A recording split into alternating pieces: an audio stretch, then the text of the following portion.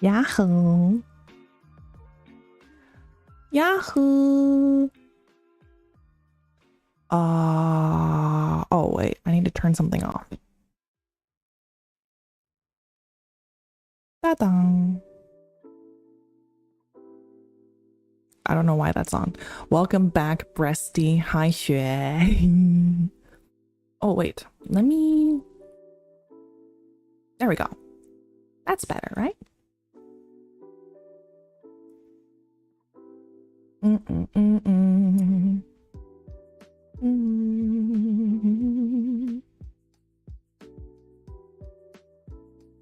How do I move this so that it's... I want this to be on the right. I don't know why it's not on the right. Hello. Oh, Bone, thank you so much for the sub. Yes, for 8 months. Oh my god. That's crazy. Let me look through chats. Hello, new friends. Hi, Komi Belladonna. Thank you so much for your first time chat. Hello. I'm just glad that my thingamabob is working.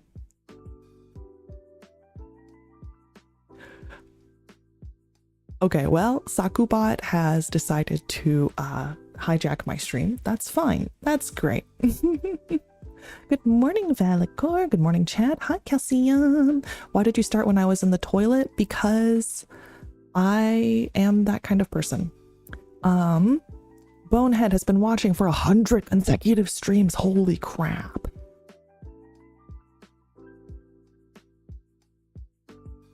A 100 is crazy.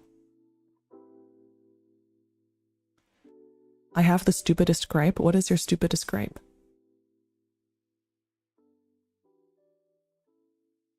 I'm mad about the heat wave, but I'm more mad about the fact that the heat wave zone I'm in looks like a freaking hot dog. Wait, really? That's so funny. Oh, guys, I have a problem. The problem is that if this is how I look if I'm looking at myself in the model screen. So I'm like, I should probably move my OBS to this side. No? Okay. Yeah, because if I have OBS on this side, it looks a little bit less like I'm staring to the right or to the left, as it were. I was watching the stream from yesterday, or not from yesterday, from last week. I was watching the stream from last week and I was like, I keep doing this like this. And I'm like, is it too sensitive? Like, I don't like that happens. I feel like that looks weird. You know, it's like when my tracking gets lost or something. And also, I felt like my eyes weren't moving enough to be expressive. So I changed the pupil, what's it called? The pupil movement. Yes. I changed the pupil movement so that it's a little more sensitive. Your voice is so soothing. You know, that is, I have been told that actually, that it's like good for, it's also good for my line of work. It's, yeah, helpful for that. Ba, ba, ba, ba. Okay, so I like changed the sensitivities a little bit so that I don't turn as much when I turn my head. And I don't turn up or down as much when I turn my head. So I think that's a little bit better. Lev has a good voice. Thank you, Blue. Also, oh shit, I forgot to respond to some Discord messages. I will respond to that. Hi, I'm May. How are you today? I'm good. You know, May was one of the names that I considered for myself. Like, May, I have my notebook here somewhere. It's like, I think I'd considered like Iluna May, but then obviously Iluna was already taken and I totally forgot about that. Ilona May. So I considered that as one of my names. And then I eventually went with Lev because I'm boring and I just went with the name that I've had for a million years. You can call me Lev. I will answer to that. I have answered to that in real life also, because I've been Lev for a very long time. So it's possible that we've met on the internet before or at a convention. If you knew a Lev, you might have met me. Oh, that's cool. Thank you. Anyways, how are we, friends? Are we good? How are we? Are we doing well? Are we feeling good? Let me open my planner. I've never known a Lev. Well, now you do. Now you do know a Lev. And it's me. Hi. Let me see. Okay. Let us talk about the VTheorem breakdown at work. Oh gosh, pay attention to work, unless you're doing the kind of work where you can pretend to pay attention, but you're not actually paying attention. I love that kind of work. I'm in video editing hell. What are you editing? Is it something fun?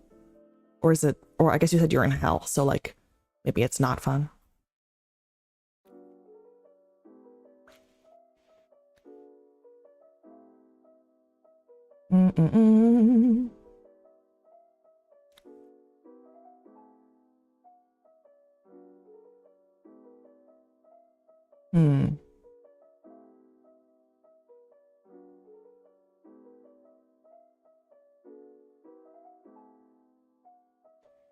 It's something fun, but editing isn't fun. I can't wait to share it. Wait, what are you editing? Is it like, wait, are you gonna share it with us? That would be so cool. You should share it with us, like in the Discord or something. Oh. If I meet Lev IRL, do you leave a small or a big impression because 3 apples tall? I leave a big impression. I leave a big impression. I'm so, I'm charismatic, I'm kind, I'm beautiful. JK, I'm none of those things, so I leave a very small impression, which is why I don't know. I don't think I leave that big of an impression. Also, why does my tongue keeps coming out? Why does my tongue keep coming out?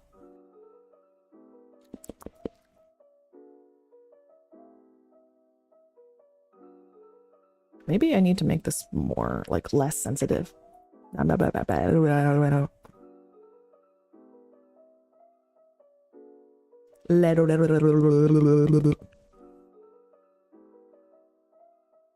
Like, is that better? I think that's better. At least there's less tongue. Okay.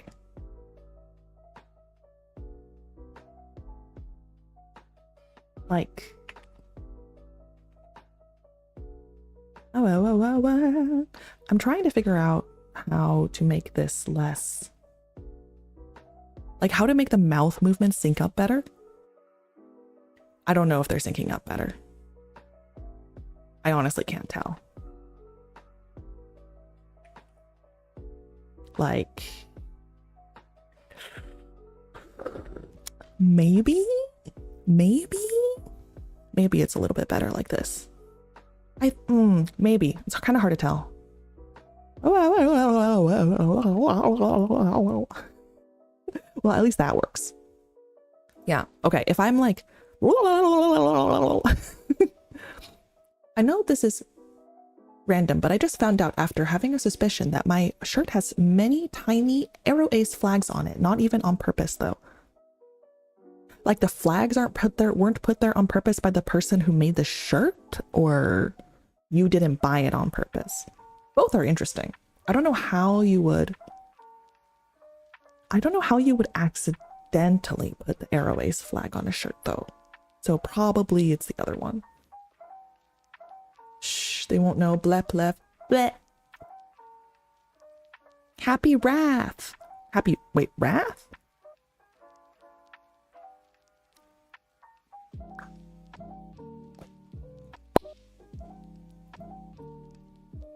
Hello, Black Belt Shane.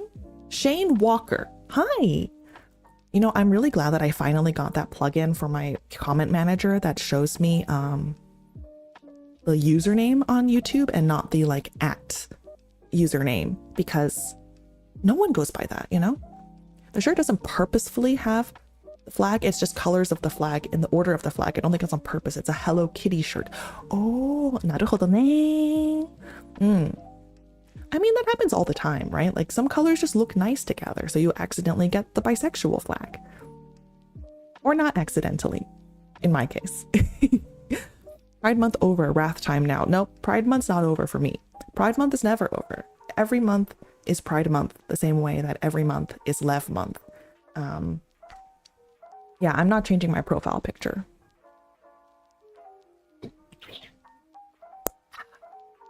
Pride month over, wrath time now. Is so funny though. Can I be prideful and wrathful? Speaking of flags, happy early Murica Day, Canada Day for me today. Oh, you're Canadian, eh? You're Canadian, eh? I love the Canadian accent. I think it's so cute. It's really cute. And I think it's also like, it's very warm, you know? It's like Minnesotan. Well, I guess that makes sense because Minnesota is close to Canada. I was about to say California. Minnesota is close to Canada, so I guess that makes sense that the Minnesotan accent is also, I don't know, it's just very comforting, eh? You know? Thank you for Happy Murica Day. Happy Murica Day to me just means loud noises. And honestly, I don't know. Oh, I have a question. I actually was wondering this. How, like, the concern of fireworks triggering people's PTSD, like, how common is that as a thing that people actually know about? Or, like, actually kind of consider and think about? Because to me, it's, like, automatic. Like, every 4th of July, I'm just like, oh, that sucks, you know? And it's both because, like, I have a lot of friends that are veterans, and I have a lot of patients that are veterans, or I've just met a lot of vets in my life. And, but I don't know if that makes me disproportionately likely to be thinking about the fact that July 4th fireworks can be triggering for people. I don't know. I've also had like pets that don't like loud noises. And then I'm also a person who does not like loud noises at all. It freaks me out. It makes me think of guns. But then again, I'm also just like easily surprised in general. Like I'm really easily surprised. I was saying this the other day, but like horror movies, psychological horror does not bother me that much. I don't know why. I just find it interesting. I'm like, ooh, this is psychologically horrifying. I wonder why it's so scary. I wonder who it's for. I wonder why it scares me so much. But like it doesn't stick with me. For some reason, jump scares freak me out and gore sticks with me. Gore will like stick in my brain. So when I watched Terrifier, which if you are not into gore, do not watch Terrifier. Oh my God, what a violent set of movies. But I watched it and I thought about it for a really long time.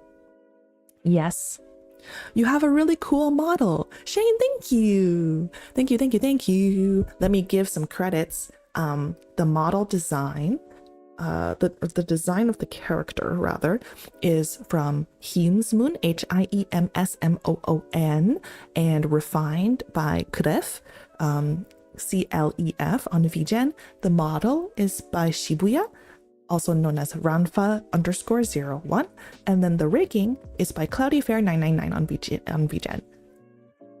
And they all did an amazing job. Horror game when, Lev?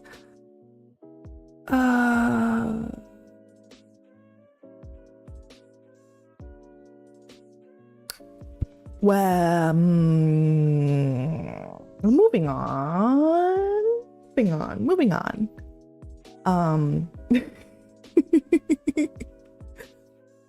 What is the model? Butterfly? Druid?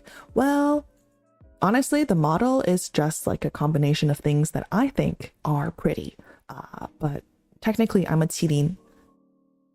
But I'm really just like a floaty, mind-healing spirit flower that turned into a human to come give you guys education and wellness.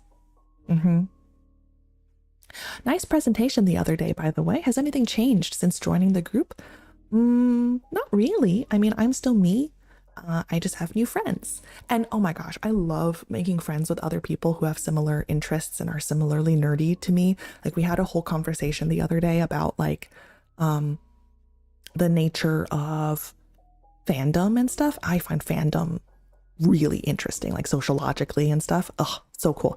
Oh, I can talk to you guys about Benedict Anderson's imagined communities, especially just in time for July 4th. Oh, that would be a fun July 4th.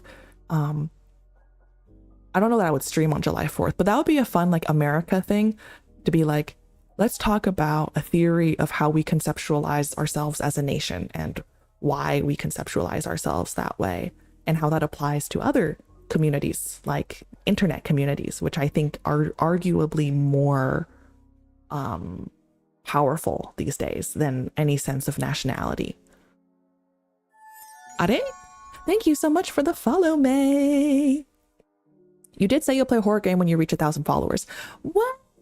I think what I said was I'll play a horror game if I reach 1,000 followers by January 1st. This was like early in debut, right? Right? I think that's what I said. Also, unless you have receipts, I never said that. I never said that. I don't know what you're talking about. Bunny Dash is not cute. Thank you so much for the follow. Bunny Dash is not cute. Oh. Is that like...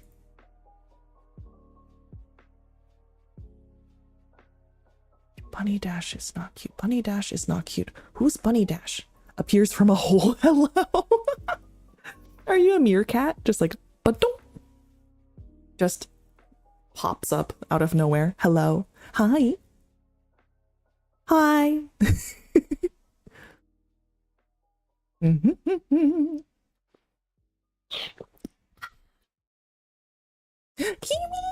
my sister. Welcome. I'm a cat bunny mixed with a kitsune. Oh, that's cool. Cat bunny. Which ears do you have? That's my biggest concern. If you're a cat bunny, which ears do you have? Is it like bunny face with cat ears, or cat face with bunny ears, or bunny body with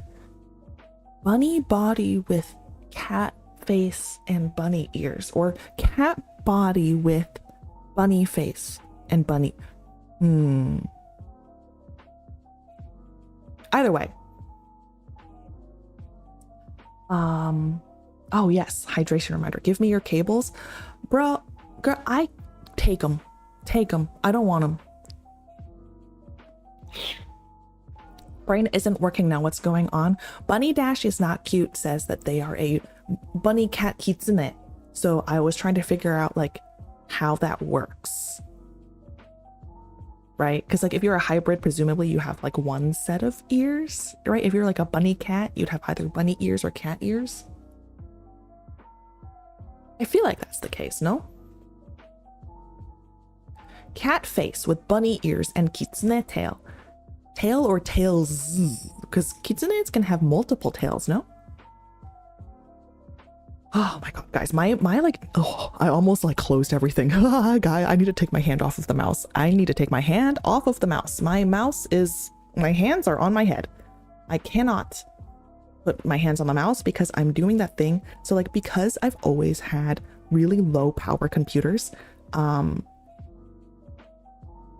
I'm like distracted by the shape of my mouth.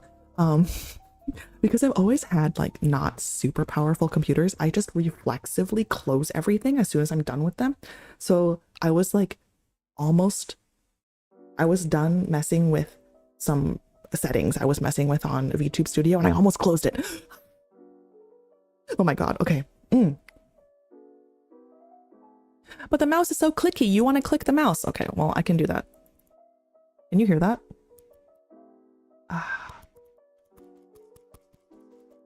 Actually, maybe you can't.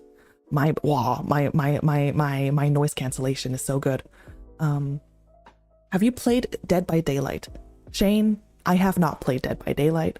I may have watched my husband. Have I watched my husband play it? I'm not sure. I've watched him play more games than I've personally played. But even like watching his horror game is hard for me. I watched him play Outlast Trials. Horrifying, terrifying. I hated it. This is my problem, is that anything that's like super gory or like jump scary, I just close my eyes and turn away. Okay, I can't look at it. Like I can't. It hurts me. And so like you kind of need to look at the screen to play video games, no? So if I'm scared, I'm like, and I know that's fun for you guys to watch. It's not fun for me to experience, okay? This is meant to be like this is meant to be a stress relief for me, okay? This is meant to be fun for me. I don't see what's wrong with Outlast Trials. It's just therapy.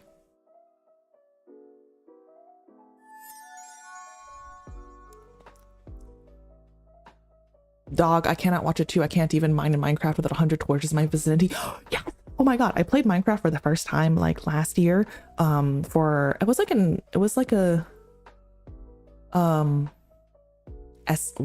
Not SMP. It was some sort of like server thing. I forget what it was called, but it was really, really fun, except I had never played Minecraft before. So I immediately was like, I just want to dig a really big hole. So I dug a really big hole and then I died because there were monsters. And I didn't know that monsters could just materialize out of the darkness. So that was really scary. And I lost stuff.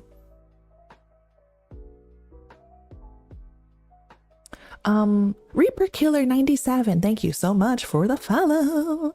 Oh, Kimi reached a 10 stream streak. Oh, Kimi, that's so sweet. Thank you for taking the time out to watch me, even though I know you are very busy and you're also a streamer and you guys should also follow Kimi. Oh, okay. The only horror game I've actually beat is the first 2 Dead Space games. Oh, Dead Space is really cool though. I will say Dead Space is really cool. Very, very, very, very scary. I could not play it, but very, very cool. I really like the, I don't know, just the design of the helmet and the bat and the spine health thing is really cool. And that one, I think horror is very compelling when you are stuck in a situation where you have to make a choice and both the choices suck, right? And that's like kind of the root of a lot of horror. So the you only have enough power to either have sound or light or whatever it was. Yeah, to either have sound or light for this room was, oh, that was so good. Oh my god, Sucho. Wait, I need to fix my is it this one? No. Where is it? 67, 67, 67. Where's the big one? I guess I don't have the big one anymore.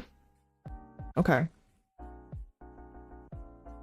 Okay, well, there's that.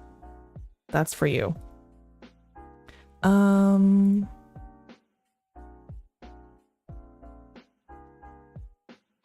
bum, bum, bum, bum, bum.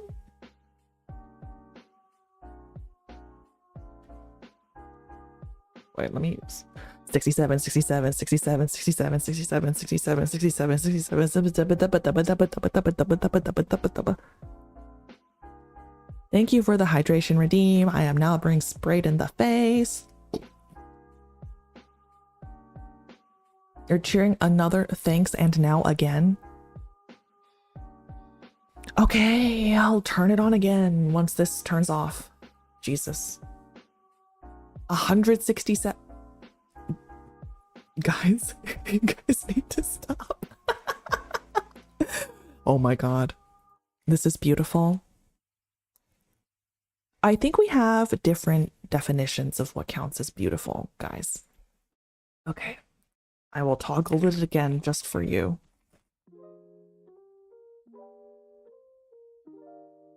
Boom, boom, boom, boom, boom, boom, boom, boom. You know what's funny? Because this is a toggle on my model,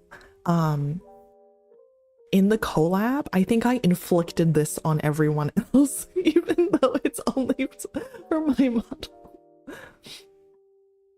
Torrente Presidential, thank you for your first time chat being 67676767. Oh my god, you guys. Damn. 670? Sucho. Okay, I mean, I guess as a reward, I have to have this up for like 6 minutes. 6 minutes and 70 seconds. 670 seconds? Oh, that's 10 minutes. 11 minutes. Guys, stop. Guys, stop. Oh my god. Oh my gosh. No, you guys, there is no protocol for this. There's no protocol for this, okay? There's no protocol for how long, oh god, how long do you guys want me to have it on? Like, 67. 670 seconds? Let's do that, okay? This is what you guys get. I can't do that much more. Oh my god. All stream? No, we're not doing it all stream. So I don't know if it works here, but you know about the new EU stuff? Wait, what new EU stuff? Oh my god, forever?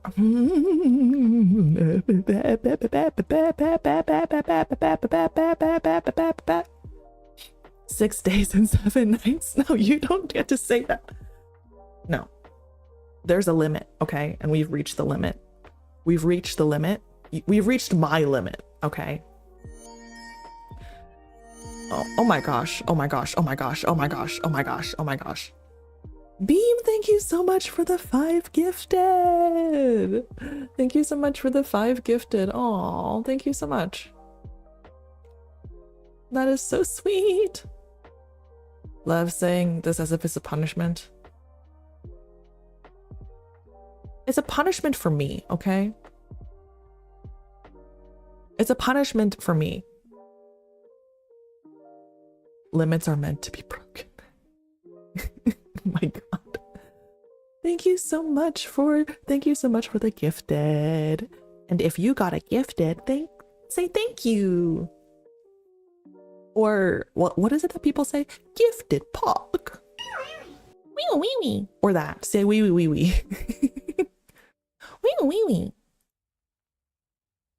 Hi, yo, new here. Hi, Tama_01. What do you want to be called? Damn. Oh yeah, guys, if you have specific things that you would like me to be called, no. If you would like specific things that you want me to call you, let me know. I have a chat manager thing that I can put in nicknames for, so I try to do that to remember what people like to be called. I mean, she is a very old apple, so she doesn't resonate with us youngins. Shock, and horror, and that's so fucking rude. Dama. Dama. Ah. Okay. I will. Dama. I will try to remember that. So new European rules went into effect about 18+ sites being locked up for children. It's real fucked up. And well, all 18+ sites and apps are locked. Interesting. So you can open apps or sites that are 18+. You just need to use a face photo or ID photo. Oh, that is a little bit concerning. Oh, sorry about that. I meant it as a joke. No, it's okay. I took it as a joke. I'm sorry. / sarcasm. I said this on the debut stream for Differentiate last year, but last week, guys, time doesn't mean anything to me anymore. I said last week that I'm easily rage baited, but that's also part of the fun. And like, I'm aware of this. All of my friends in real life and my husband love to rage bait me. I understand. I'm fun to rage bait, and I'm okay with it, you know? So I do play it up a little bit for fun for everyone. It's kayfabe, guys. It's kayfabe. But if it's serious, I will just tell you, okay? If I actually want you to stop, I will just tell you. And I will, what's it called? Like, I would give like a warning or something, you know, like time someone out or be like, hey, to be serious, like this is not okay. But like, if otherwise, if I'm just like complaining loudly, it's probably fine. He's just joke. Now, a lot of my favorite streamers are locked away. Oh, I'm sorry. That sucks. Because this is the thing that's difficult, right? It's like, what does it mean for something to be 18 plus? I think like I would describe this stream as 18 plus mostly because we discuss like complicated and mature holy shit. Oh, Poussin! Poussin! My friend!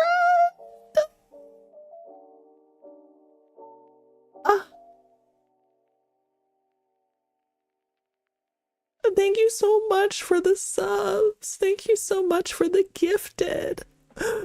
Celebrating 1 year of differentiate. No. No,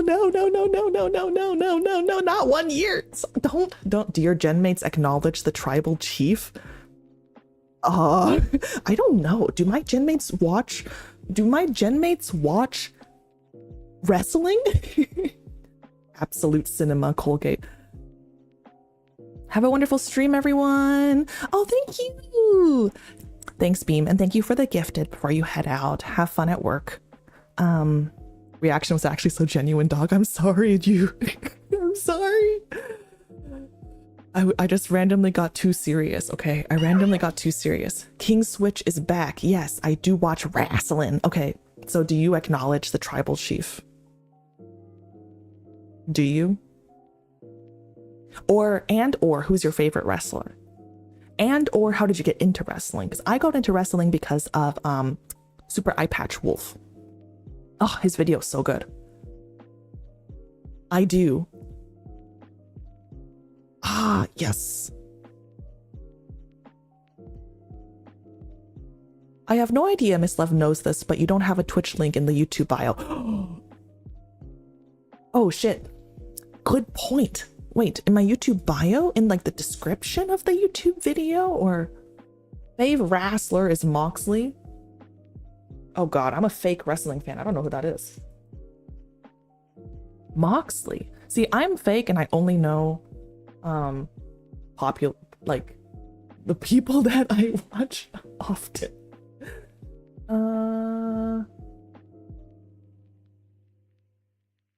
Okay, let me do this. Hey, how you doing? Yummy!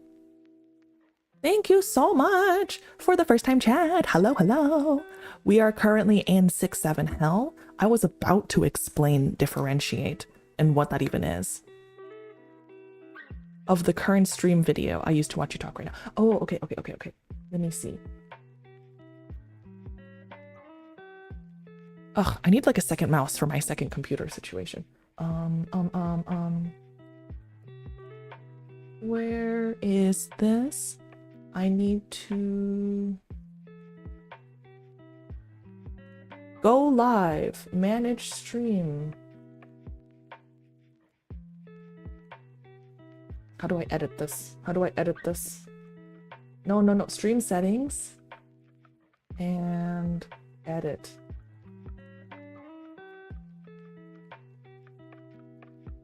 Oh shit, you're right. I don't have a Twitch link in here.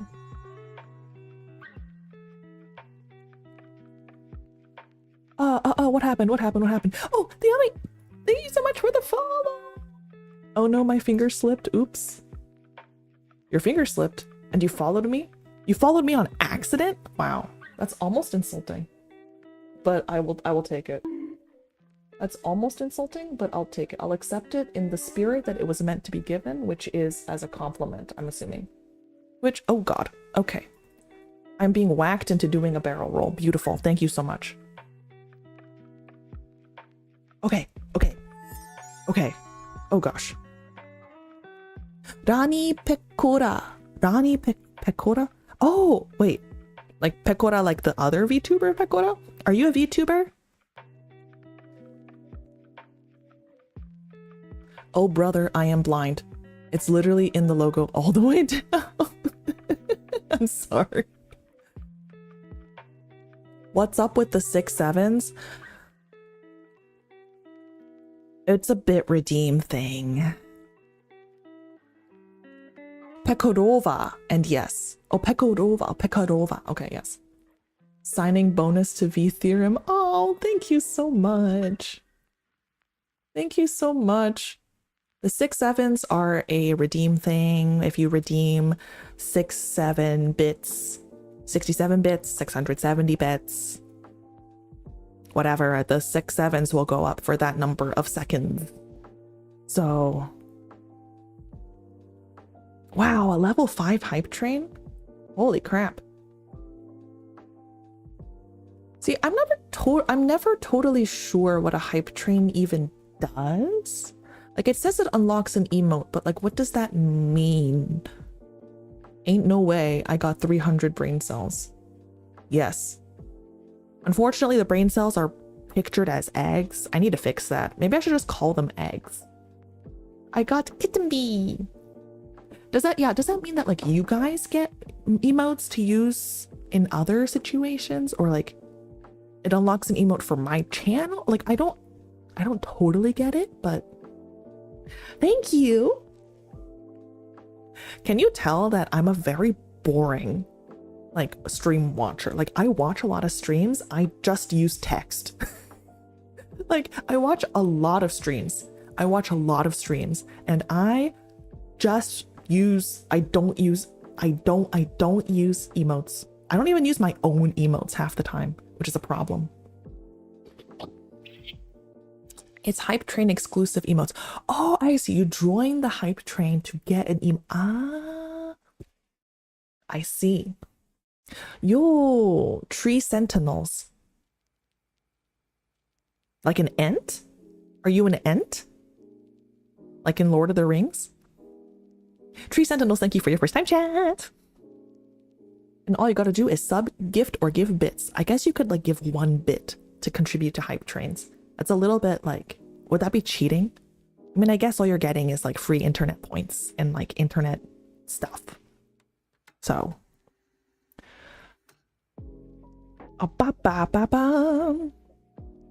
Sometimes hype trains will send a global notification to your channel. Oh, like if it's like a lot of support, it's like, there's so much hype, everybody has to come watch. Interesting. Sadly, I must lay down. Have a good rest of stream, Lev. Okay, bye, Kimi. Have a good rest.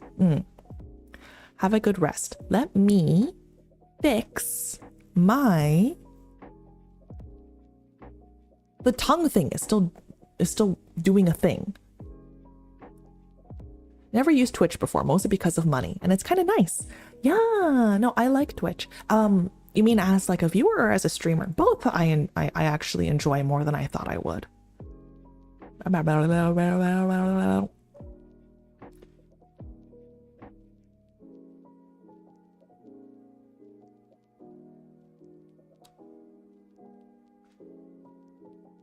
Oh, okay. So it's not doing a tongue thing. I'm just overly sensitive. Bye, Kimi.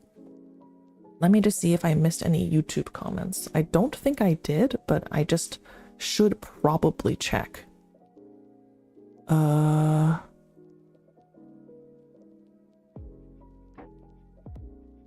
Okay, no. So far in VTheorem, I've met Kami Kimi Koma. He? 6, 7 1, 2, 3, 4, 5, 6. What is 6, 7 in Japanese? 하나, 둘, 셋, 다섯, 여섯. 하나, 둘, 셋, 넷, 다섯, 여섯, 일곱.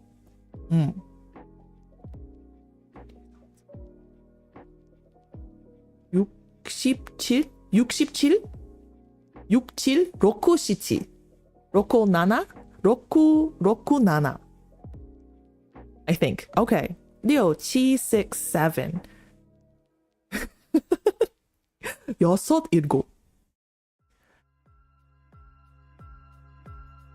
6, 7. Oh no, we will turn into energy via the mass defect. Nani?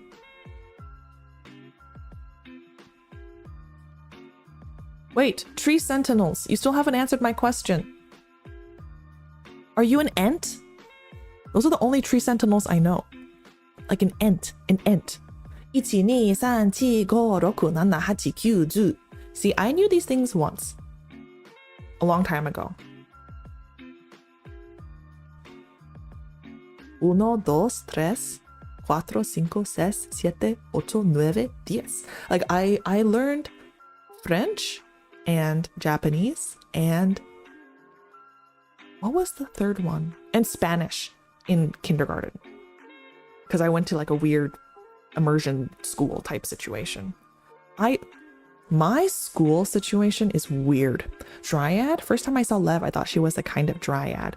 Yeah, I'm like a flower spirit. I'm a flower that through the power of love turned into a physical manifestation of care, the desire to care for other things. And I'm here to spread joy and happiness and understanding. What are dryads? Yeah, dryads are like a tree spirit, right? Or a nature spirit, I think. I think it depends on the mythology.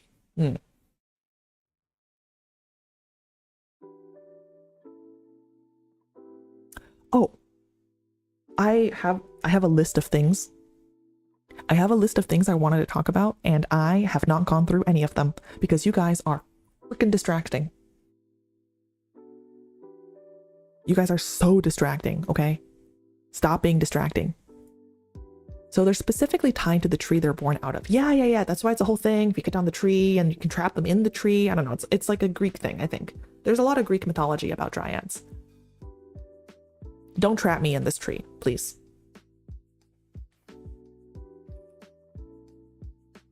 It's nighttime. Actually, is it raining today? I actually can't tell. Vroom, vroom, vroom, vroom. Vroom.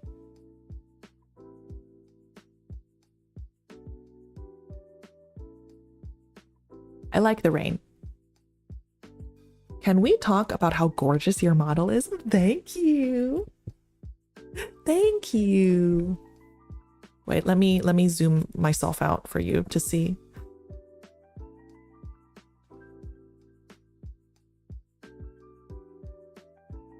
Aren't I pretty?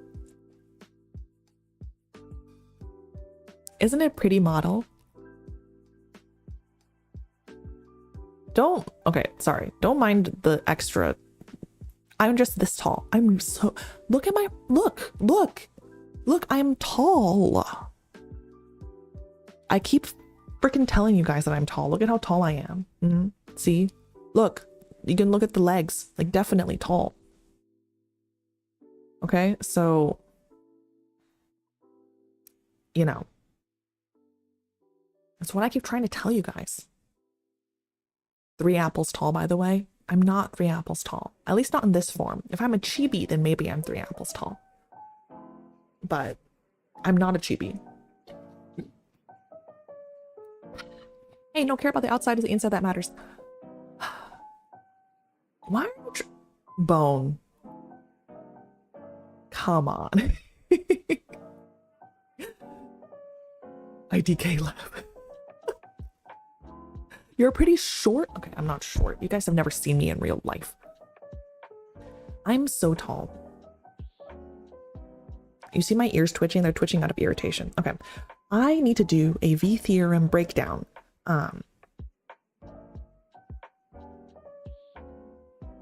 Let's first talk about, guys, the stream has been going on for an hour and I haven't even started my first bullet point. My first bullet point is differentiate as a name. Do you guys want the down low on why Gen 2.0 of VTheorem is called differentiate? differenti-8? Because I would like to be I came up with it. I came up with it. So, you know, Yeah, that's why I like really like it.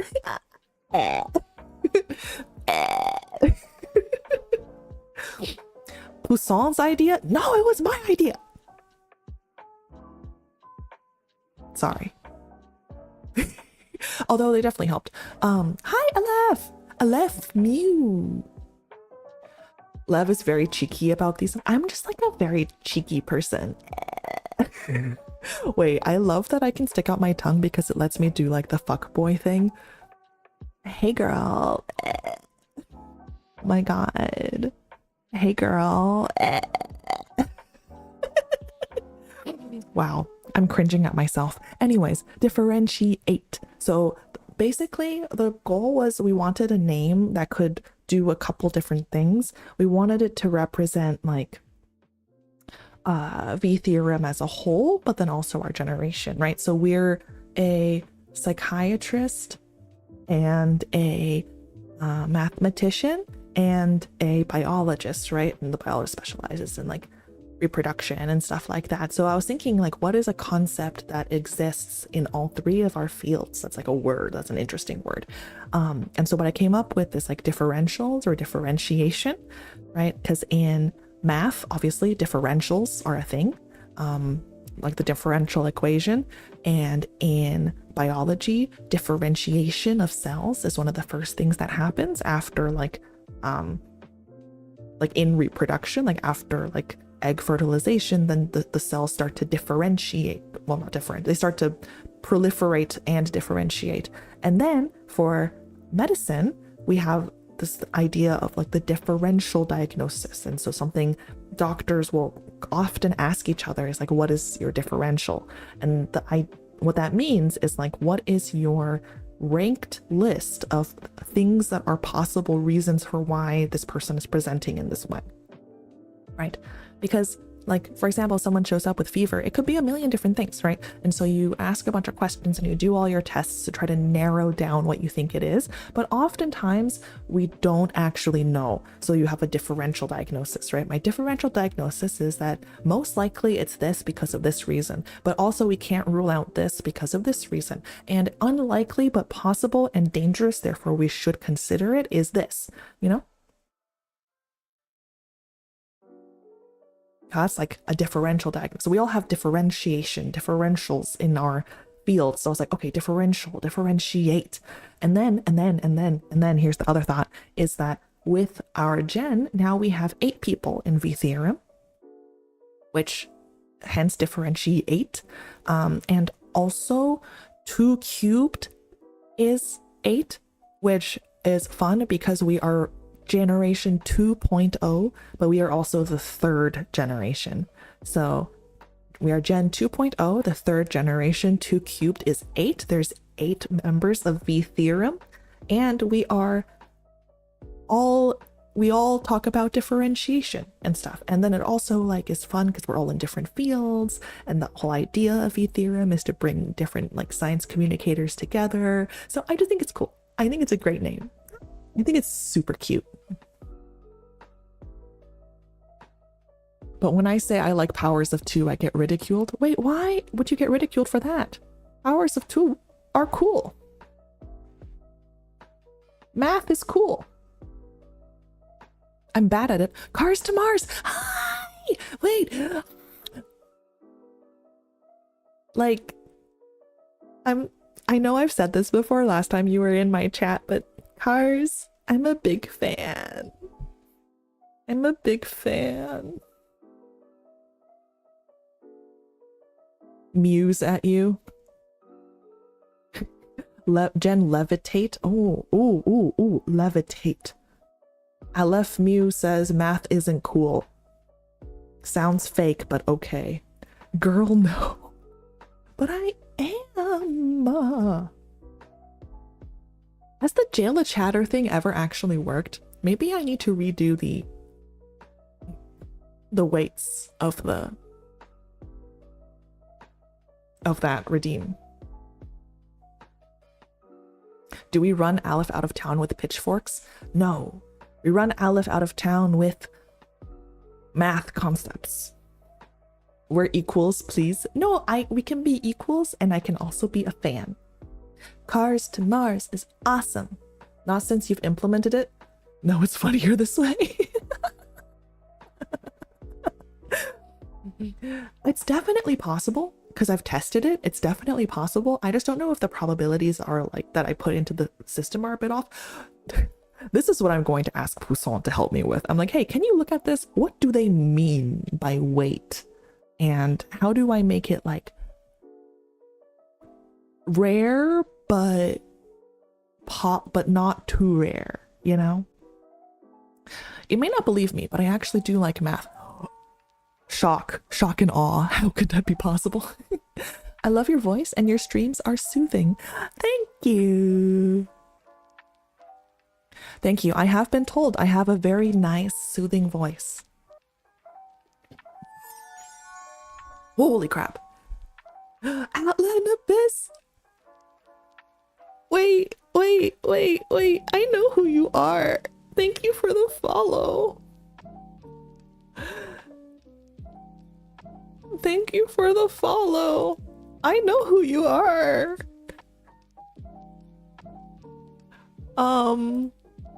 I just double checked. So I was like, I feel like I followed you for a while. Yeah, I followed you for a while. Hi. Thank you so much for the follow. I'm a little bit shy now. Guys, why are there people that I watch in my chat?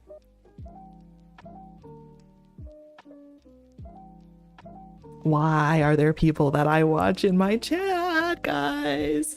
Help! Help! I'm being perceived by people that I respect. Perfect time for an ad. Perfect time for an ad.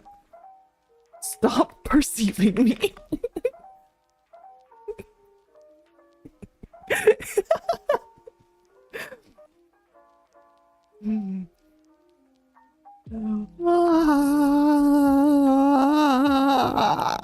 Guys, okay. Thank you for making me do a barrel roll. Thank you for making me do a barrel roll. I'm now embarrassed and okay. Anyways.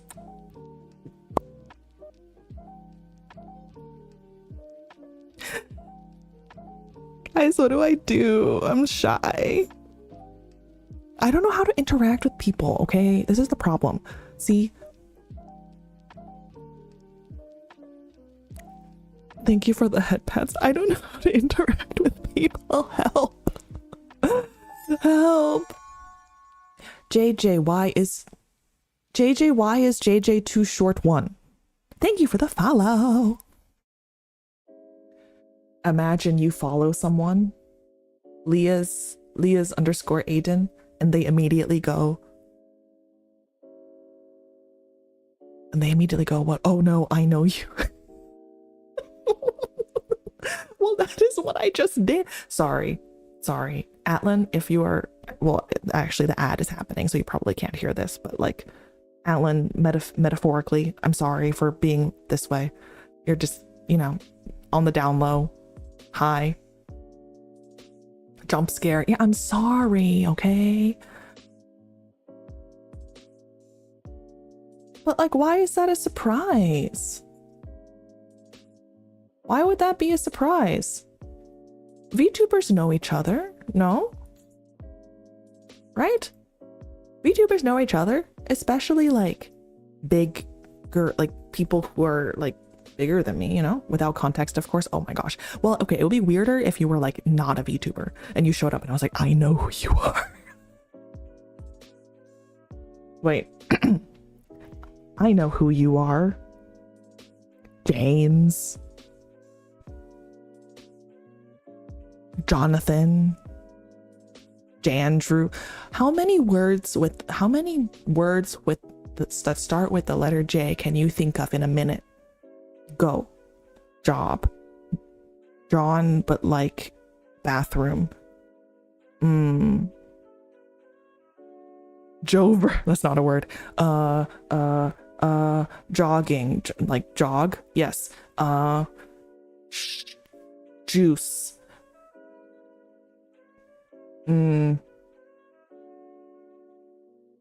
Wow. I'm really bad at this. Jab. Jack. Jolly.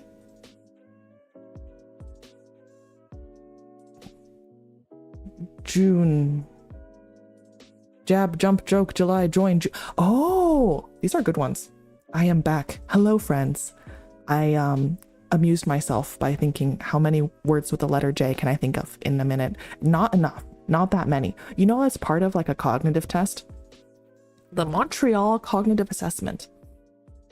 Jersey jackets. Oh, jersey and jackets is good. Yeah, so you're technically not supposed to use names when you do something like that, like a come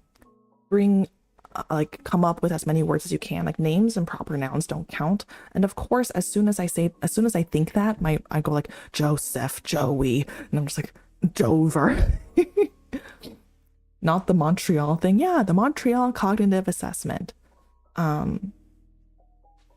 Hi, Lev. Lovely to see you again. Hope you are doing well. I'm doing great, Boogie. Thank you so much. Thank you so much. I got jump scared by people that I respect showing up in my chat, which is scary for me personally, but that's fine. Joist? What is a joist? Joint.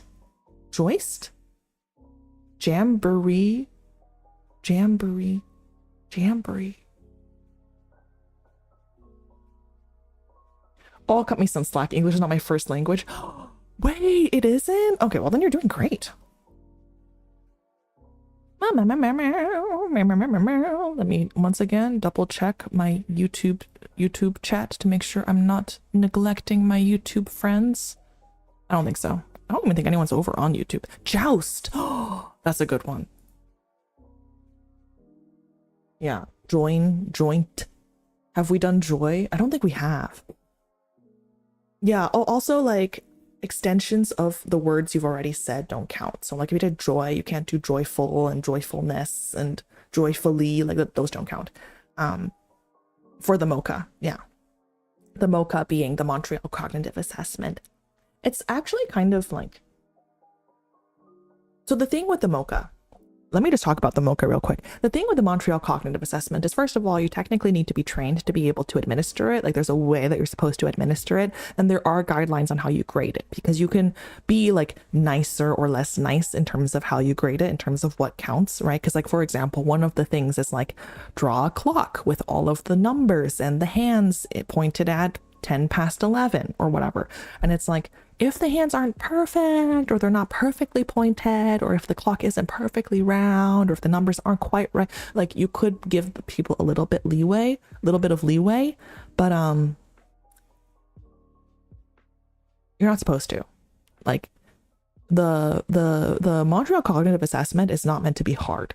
If it's hard, then it's like a very sensitive indicator that there's something cognitively going on. It doesn't necessarily mean that there's something wrong for sure, and it's not a diagnosis, right? You can't diagnose something with the MOCA. Like if you get like a low score, that doesn't mean that you have dementia. It just means that like right now in this moment, something's getting in the way of you being able to cognitively perform in what we would in the way that we would expect. That can be a lot of different things. So maybe you're sick, maybe you're tired, maybe you're angry and you decided not to do it, you know? Jost, like Joss Whedon, TV movie show creator dismisses fan theories. Oh my god, don't get me into fan theories. I love fan theories, and I also have a lot of feelings about communities and fan theories. Okay, what was the other thing? Let me consult my notebook again. Oh yes. Oh, okay, I was going to talk about my PowerPoint slides, but I don't know if that would actually be interesting. So maybe not PowerPoint slides. Oh. Guys. I'm leaning back in my chair because I need to be serious for a second. How could you bring up cereal and milk during my debut? Hmm? Who are you guys here? The people who did this? The people who brought up cereal and milk, cereal and water. The people who brought up cereal and water during the differentiate debut. Are you here? I'm calling you out. Are you here? If you're here, I'm mad. I remember. I'm mad. How? How could you do this to me? How could you do this to me? It's so embarrassing. I'm trying to seem like normal. I'm trying to seem normal, guys. I was trying to seem normal for people who are fans of VTheorem who came to watch, and people who, and for my gen mates must think I'm so weird now. Guys. Ah. Last night in Nep's voice chat, we joked about the orange juice. No, no, not the orange juice. Orange juice is worse. I maintain that. Orange juice is worse, okay? Are you my mother? Chance Plush 2, thank you for the first time chat. I am not your mother. Like, not actually. But like, am I mothering? Perhaps. Girl, you're a VTuber. You're automatically weird. Wow. I can't believe I'm being bullied in my own chat. Orange juice cereal. See, okay, guys, I have a theory of dessert. Stay with me. I have a theory of dessert. There's different kinds of desserts, right? Okay? And there's different kinds of like sweets. And orange juice is a citrusy sweet, right? And the citrusy sweet does not usually go well with like a dairy creamy sweet. Okay? So like, can you imagine Frosted Flakes and orange juice? Sounds awful. That doesn't sound good. I don't like that. I don't like that. I don't like that. I don't like that. That sounds weird. I feel like it would taste like eating toothpaste with, like, sorry, not eating toothpaste, like drinking orange juice after brushing your teeth, which is to say bad. Would you rather be hit by a car or be hit by a car? Those aren't different. I'd rather not be hit by a car. Yeah. Am I crazy? Or are those not different? Buy your own mod too. Oh my god, I know, right? My mods hate me. Eating poisson VT? Very good answer. I'm glad to have passed muster. You gotta differentiate your differentiate your two choices.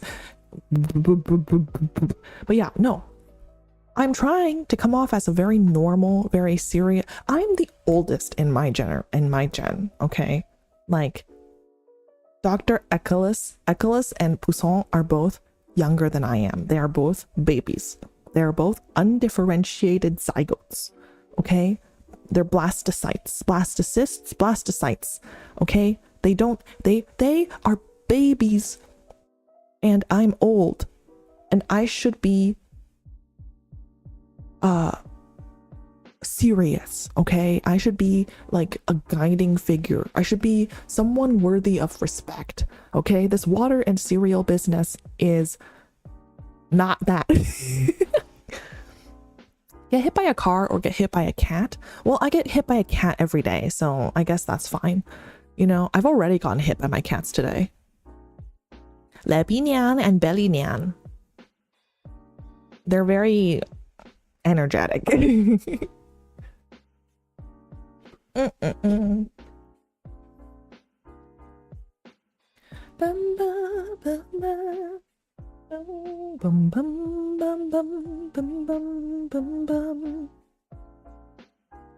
Oh, sorry, I'm like, I need to, my cat is lazy, he just sleeps all day. Well, that's what cats are for. That's what cats do. You know, cats are so cute because they like come in to make sure that you're still alive while you're sleeping. Isn't that adorable? Because they don't sleep as long as we do. because we do our like condensed sleep situation, you know?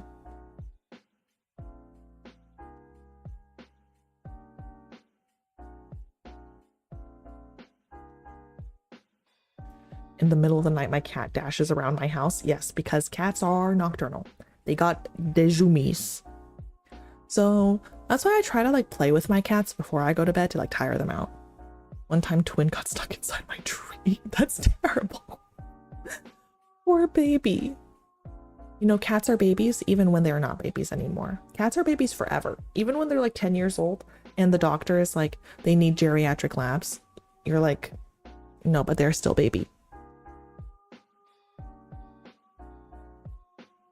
I'm doing research on the VTheorem pets. Nep has Lars, Myelin has Mr. Kitty. Yeah, and I have Levinian and Velinian. Do Poussin and Echolis have pets? I'm actually not sure. I don't remember if it came up. Poussin might have a pet. He seems like he'd have a pet. Oh, I think Z has a pupper. That sounds right. That sounds correct. I can ask. Another time I wake up and my cat is somehow in the sink. I mean, they love... Look, curiosity killed the cat is a phrase for a reason. Those guys are too curious for their own good. Always, at all times. Always too curious for their own good. Ugh.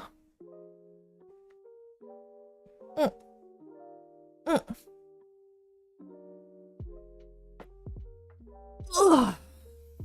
My back hurts. That's why I'm stretching. That's everything I wanted to go over today. Do you guys have any questions for me about VTheorem, about anything like that? No.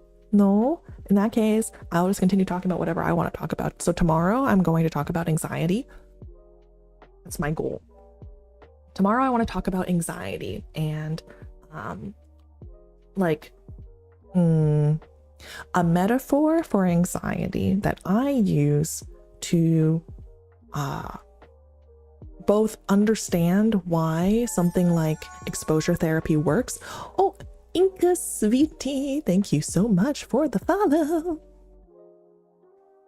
Dicer, hi, I'm back. Hi.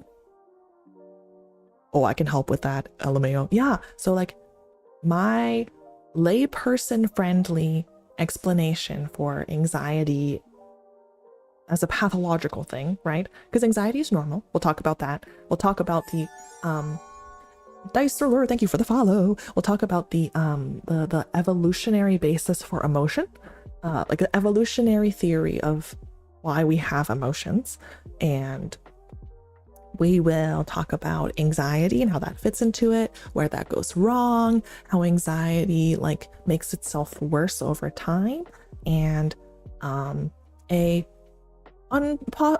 knows if it's helpful or unhelpful, but this is how like I myself, I don't really tell patients this, but like this is how I think about anxiety, like my anxiety as a little gremlin that wants me to be unhappy. I gamble breadsticks. Wait, why? Tammy Wood, thank you so much for the follow. Anxiety is 100% your brain being irrational, but it's hard as hell to explain to your brain that it's being irrational. Well, okay, as like a bit of a teaser. So it's rather really close to how phobias work, IMO. Oh, no, they're very, very similar. They're actually extremely similar. So like phobias, like agoraphobia and stuff like that, and like you treat with exposure therapy in the same way that, like, if you want to just do therapy, you would treat it with exposure therapy in the same way that you treat anxiety with exposure therapy. Chance Plush 2, thank you for the follow. Thank you so much for the follow. But so anxiety is like a little bit useful, right? Not a little bit. Anxiety is useful in the same way that hunger is useful or pain is useful, right? Right? Like, pain feels bad. We want to avoid pain. However, people who have disorders where they can't feel pain end up hurting themselves without realizing it, right? Because the pain is actually useful. It's a signal. Something is wrong here. Get this checked out, right? Like if we didn't feel pain at all, we would hurt ourselves, not realize we hurt ourselves, and it would make it worse, right? So this is why, like, for people who have diabetes for a really long time, it can like damage the nerves in, like, especially the longer nerves, so the nerves at the ends of our limbs. So your fingertips get pins and needles, and your like feet will get pins and needles, and you can maybe even stop feeling a lot of sensation there. And that's why it can be really, really important for people with diabetes to get their feet checked frequently. Because first of all, we don't check our feet frequently. Second of all, they're losing sensation in their feet. So if they get a blister or a cut or something, they might not even feel it, and then that can lead to infection and other stuff. And this is why, like, lots of people who are long-term diabetics have feet doctors. Anyways, the point is, pain is useful, right? But if you felt pain, but it's only useful if it's like a good signal, right? You feel pain when something is wrong to tell you that something is wrong. But if you felt pain all the time, constantly, like if you had like fibromyalgia or something, right? If like even the slightest touch made you go, ow, ow, ow, ow, ow, that's not life. That's not a good life either. That's not helpful, right? So signals, these are signals that are meant to tell us something, but it's only if they're accurate that they're actually helpful for us, right?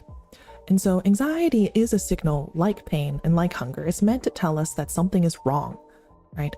Like, hey, like for example, let's say evolutionarily in the past, you realize you have experience when it gets dark, animals come out, right? So your brain subconsciously starts to associate those things, and then maybe like once it starts to get a little bit dark, you'll get that niggling feeling in the back of your head, like I'm a little anxious, I'm a little anxious, I'm a little anxious. This is becoming similar to a situation that I remember was not good for me. So your brain starts giving you the feeling of anxiety so that you feel like, oh, something is wrong, I need to change this, right? And this is true for a lot of emotions. There's a theory that like this is true even for like, I don't know how to say it other than like normal depression. Like, you know how people have like slumps, like emotional slumps, like they maybe don't have a depressive disorder, but they're like in like a weird place in life and they feel stuck and they feel kind of like depressive. That kind of feeling, there's a theory that that's actually also meant to be helpful. It's meant to be a sign to yourself, hey, whatever you're doing in life right now is not sustainable. It's not making you happy. You need to change, right? So emotions are signals. They're very, very helpful, right? This is a wonderful analogy. Great. I'm so glad. I love analogies. You'll find this out. I love analogies. I love using analogies to teach. So anxiety is like that, right? Anxiety is meant to be like, oh, the last time I was in a place like this, a tiger tried to kill me. The last time I heard a sound like this, suddenly it was storming and I got stuck outside. You know, like it's meant to be a signal, right? On like a very deep level. However, this can get warped, right? And so for people who have anxiety disorders, the reason we would call it a disorder is because the anxiety is to the point that it's not helpful, right? You're getting anxious about things that are not helpful for you to get anxious about. Like I'm not trying to say what is the right thing to get anxious about or the wrong thing to get anxious about, right? Like I can't say that. I can't speak to your experiences. I can't speak to your life. I can't speak to what makes sense. But if you're saying I'm experiencing so much anxiety, I can't live my life, then we can say that's not helpful. And so we should want to change it. And that's the point at which we would say like, okay, we can both agree that this is like a disorder because you're saying you don't want to feel this way anymore, right? It's like not helpful for you. So that's anxiety. The problem with anxiety is that it makes itself worse over time because the way that there's multiple ways to deal with anxiety, right? But at its core, like in the decision that you have right now, if something makes you anxious, you either can do it or not do it, right? There isn't really like a half doing of something, right? And doing it is uncomfortable and makes you feel anxious and makes you feel like scared. And not doing it, aka avoiding it, makes you feel better in the moment. However, avoiding things that make you anxious reinforce to your brain that this is a correct thing to feel anxious about, that it is helpful to feel anxious about it, and that you should continue to feel anxious about it. In fact, you should continue to feel more anxious about it. That's why anxiety gets worse over time. That's why phobias also tend to get worse over time. And that's the theory behind exposure therapy. I do not want to do exposure therapy for, oh, you're clown phobia. I mean, I also hate clowns. And like, this is the thing. You can make that choice, right? Like, you can say like, I have this phobia. I'm totally aware that it affects my life in some ways. I am okay with that. And I don't want to do exposure therapy for it. Like, there's no point. Like, no one can force you to do these things, right? So that's fine. But for example, like, I have a fear, like if someone has a fear of, let's say, well, I don't know, like lots of fears, like, or even OCD-esque type, like what if fears, like doubting fears, right? What if this thing is dirty and it's gonna give me horrible diseases and I'm going to die? Therefore, I can never leave my house or something, you know?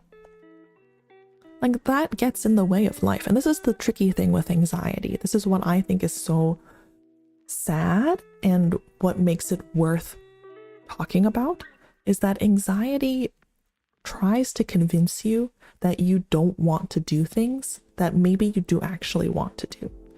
And I say this from personal experience. Like, I have really bad social anxiety. Or I've always had really bad social anxiety, like to the point that when I was growing up, I could not talk to strangers. Like, I couldn't talk to strangers. I could not like ask waiters for water. I basically, like, I never left the house. Like, I was really, really anxious. And of course, if you're so socially anxious, I assumed that I didn't, like, how do I put this? My social anxiety was bad enough that it convinced me that I didn't like talking to people, you know, because I felt better when I was alone, because I was not in a situation that made me anxious. So then I thought I liked being alone, and I thought that I didn't want to talk to people. And I also, like, was too anxious to go on stage to perform, even though I kept also wanting to audition for things. And I thought, oh, I actually don't like performing, and I don't like being on stage, and I don't like, you know, public speaking or any of these things because it makes me anxious. And like, those are two different things, right? Turns out it makes me anxious, and I also enjoy doing it. But like, the relief that you feel from avoiding something that makes you anxious feels so good that it can convince you that you actually enjoy not doing something, when it's really just relief from anxiety, right? This makes me anxious and I don't like doing it are not the same thing. Because this makes me anxious and I don't like feeling anxious is really the actual association, right? Not doing this relieves my anxiety is not the same thing as not doing this makes me feel good or is what I want. And I just think it's really, like, as someone, me, I'm so lucky that I've met people in life and I've had experiences that helped me learn how to cope and to decrease a lot of my anxiety. This is both meds and therapy and just getting, like, entering really healthy relationships in my life. And if it wasn't for that, anxiety would have held me back from a job that I love and from hobbies that I love and relationships that make me happy, right? And that, to me, would have been so sad. And so that's why, like, I talk about this a lot, because I feel like it's such a shame if anxiety is the only thing that's holding you back from a life that would make you really, really happy. So yeah, because it was doing that for me, you know? Ooh, that makes a lot of sense. I'm glad. I'm not sure what exactly that was in response to. Hello, hi, Yaimiko's favorite one. I just don't think I'd see any form of improvement. Clowns in any form set my body into full fight or flight. I accidentally punched a classmate. Oh no. But what's weird is the very specific kinds of clown. Oh, standard party clowns. Yeah, no, honestly, same. Like, Hisoka from Hunter x Hunter, not too bad. It, terrifying. But okay, so this is the thing, is like, exposure therapy isn't, there's an art to it. There's an art to it. And the art is figuring out the smallest version of the thing that you're afraid of and starting with that as an exposure, right? Like if somebody is afraid of, I'll use a common one. If somebody is afraid of spiders, for example, like really afraid of spiders, exposure therapy wouldn't start with like, go look at it, go touch a spider, right? You don't want to throw someone into the deep end. You start, it's called graded exposures, right? You start with something small and it can be so small that it almost is like ridiculous. But if it leads to any amount of like fear or discomfort or distress, then it's a good exposure, right? So if, for example, we can start with like, imagine a spider. Say the word spider. Right? That's like, you start with imaginal. Imagine a spider existing, right? Now imagine a spider in the room. Now imagine a spider on you. Now look at this printed picture of a spider. Look at this printed picture of a very realistic spider. You know, here's a fake spider across the room. Here's a fake spider next to you. Hold the fake spider. You know, like you just go up and up and up until you get to the thing that makes them really, really anxious. Because the idea with exposure therapy is that it's like the opposite of avoidance, making anxiety worse. The idea is the distress that you feel from the thing that you are afraid of cannot last forever, but your brain is convinced that it will. Right? It's kind of like, it's called habituation, right? Like, it's like, imagine, you know how like if you get into a cold shower, the first couple seconds are like fucking torture. You're like, oh my God, it's so cold. I'm going to feel cold forever. This is terrible. But then at some point you get used to it, right? And your body calms down. And like, was it fun? No. But you do learn that, okay, I could actually take a cold shower. That's the idea with exposure therapy, right? Is that you do something that's like not so distressing. You actually have a panic attack. No one wants to send anyone into a panic attack, but you start with something small and then you go like, oh, wow, I feel really uncomfortable. And then you sit with that uncomfortableness until it goes away, because it has to go away. Like biologically, it has to go away. Your brain thinks it'll last forever, but it won't. And then you're teaching your brain, oh, this discomfort from this thing isn't going to kill me. I'm okay. And that's like the idea. It's really uncomfortable to do, but OMG, I realized there's so much for a diagnosis. I thought it was just me problem. It genuinely set me back, hindered me from so much that I wanted to do. Still working on it and gotten better, but I remember I used to not be able to order food, take phone calls, and I didn't like going out. Yeah, exactly. Like I couldn't, like I was the same way. I couldn't order food. I couldn't like go to the dentist. I was so anxious about scheduling appointments, and it's just like not good for your health, right? Or wellness. Like I avoided so many friendships and social gatherings because of my anxiety. It's such a shame. Yeah, I just think it's, yeah, it's really, really, really a shame.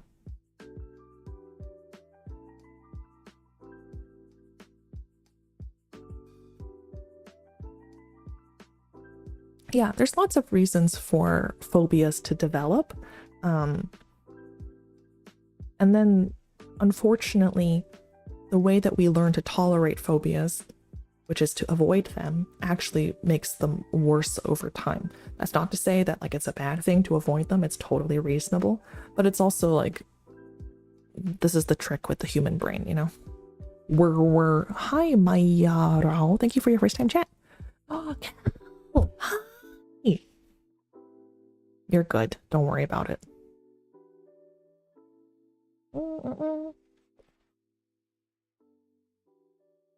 This question is probably skipping a few steps, but how do SSRIs help with anxiety? I love talking about this. Guys, we get to use my favorite metaphor. We get to use my favorite metaphor. Okay, SSRIs. I love this. I love talking about this. So SSRI stands for selective serotonin reuptake inhibitor. Not important for you to know, unless you're like planning on being a doctor or pharmacist, something like that. Like, it doesn't matter. The way that it works is specific to how the brain works. So if you have an understanding of neurons and synapses and stuff, like if that means something to you, you can listen to this next part. Otherwise, it's like not super important for you to know. But the way that it works is that it stops the channels in your synapse from like cleaning up the serotonin in your synapses. So essentially it means that serotonin stays in your synapse, in the synapse longer, right? So in some ways it increases the serotonin in your brain. However, serotonin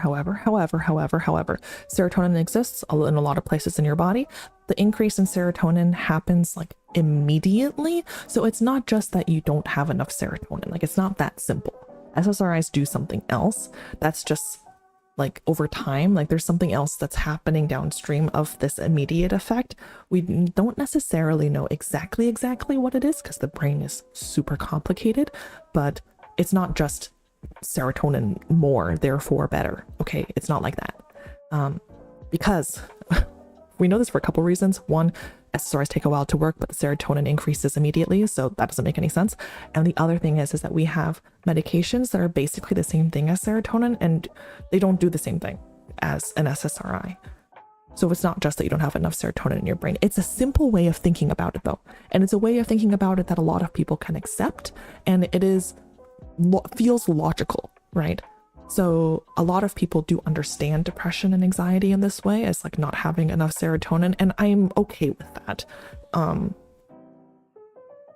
As long as like there's a sense like it's a little bit more complicated with that than that, but it's a good enough way of explaining why it's necessary for some people to take meds on like a biologic level. Okay, weird academic aside, done. Let's talk about SSRIs in like a layman's terms, okay? SSRIs, what they do is like, at its core, they help with learning.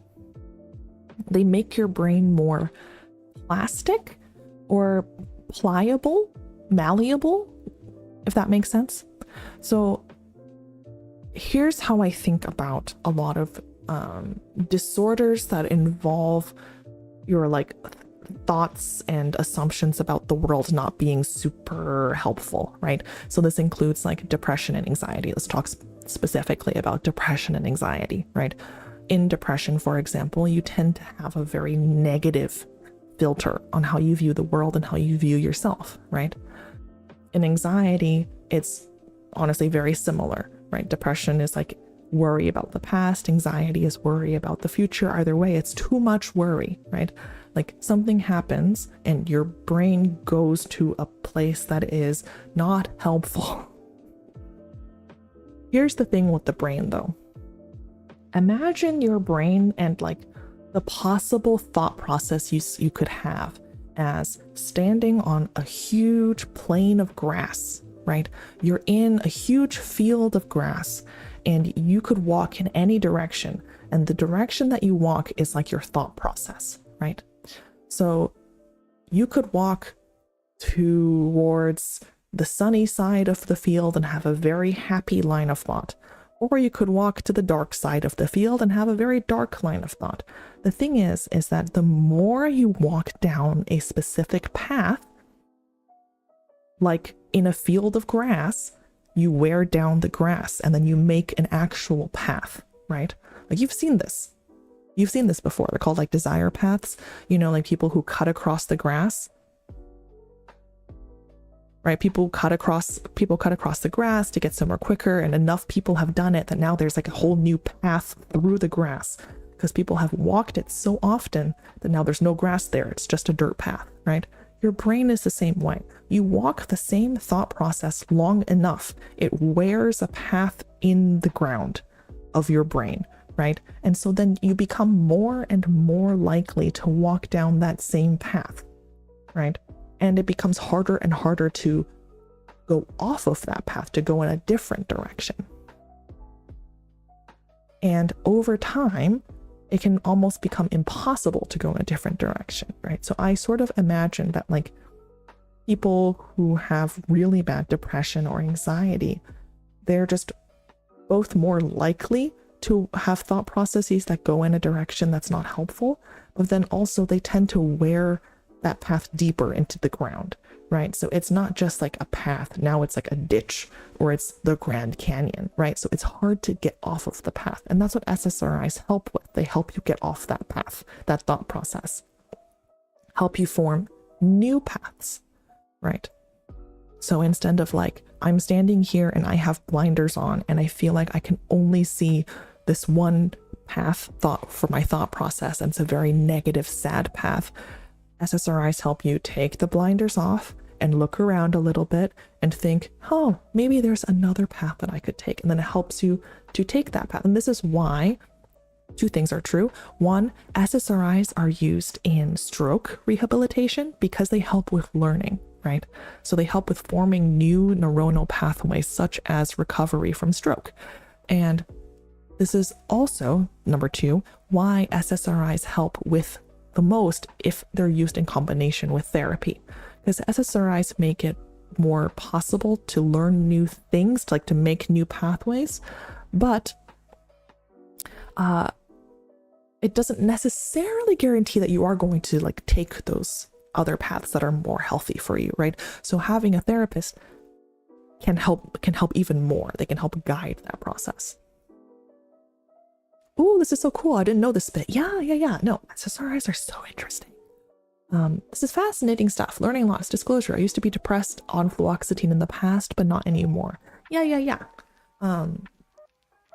So that's like a theory for why it helps with depression and anxiety. There's some other effects of SSRIs too. They tend to sort of like constrict a little bit the intensity of some emotions and some feelings, which is why some people, if they're given SSRIs when it's maybe not what they need, can start to feel numb. But the idea is that like if you are experiencing, because SSRIs are mostly used for depression, anxiety, and PTSD, and those are all disorders where the reactivity, right, is like too much. Like you are someone who is more anxious than you need to be, more anxious than is helpful. So if that does get constricted a little bit, it doesn't feel like numbing. It feels like, oh, I'm like brought back down to like a normal equilibrium. But if someone who doesn't have an anxiety disorder or depressive disorder, like traditionally starts taking SSRI, they might start to feel numb because they didn't need it. Does that make sense? So like, that's why I talk about how the effects of meds are not always like it's going to numb you or it's not going to numb you. Like sometimes things had a bad like side effect in someone else because it's not what they actually needed. And I hate making mistakes. I think all doctors hate making mistakes, but it's also unfortunately just part of what happens when we don't have a perfect 100% accurate like view of the human body, or certainly not the brain at all times, right? Good doctors are never what makes a good doctor is not that they're like right on the first try, right? Good doctors are ones that are like thoughtful and think about, like, have reasons for what they're doing, but are always open to like, maybe this could be different, maybe this could be better. Like they're always thinking about where could I be wrong in a way that could be helpful for the patient, right? So, because everyone's going to be wrong. Everyone's going to get it wrong because, you know, common things are common, but rare things exist, right? That's what people say, right? Like in medicine, people talk about like, oh, when you hear hoofbeats, think horses, not zebras. And the corollary to that is like, yes, but sometimes it is a zebra, right?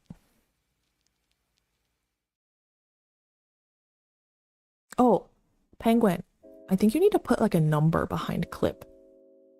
like clip 30 or clip 60 or something like that for Seribot. Oh wait, no, it did work. Never mind.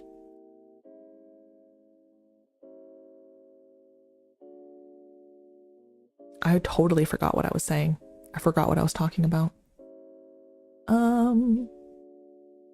Are SSRIs going out of style, or are they still a steady, strong presence in medicine? They are! They're a very steady and strong presence in medicine. That was meant to be a question mark. That's fine.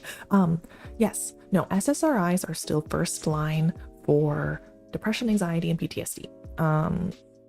If you think someone has depression, anxiety, or PTSD, you can also use them for other things. They're used for like impulsivity, irritability. Oh, sorry. No. You actually did it right. I just misunderstood.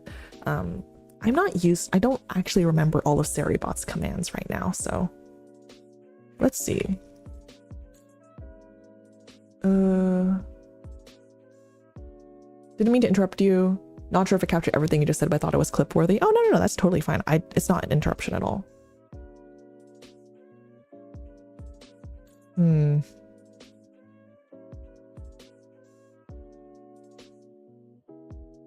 Diagnostics feels a lot like troubleshooting experiments. Yeah, pretty much.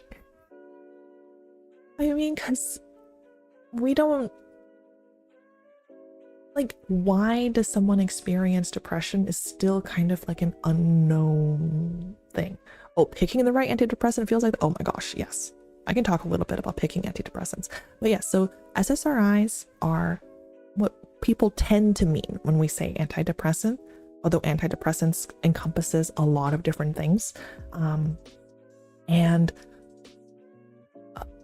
SSRIs are still first line because they work, but they also tend to be very well tolerated. They have fewer side effects than other older antidepressants like tricyclics and MAOIs, and what else is there?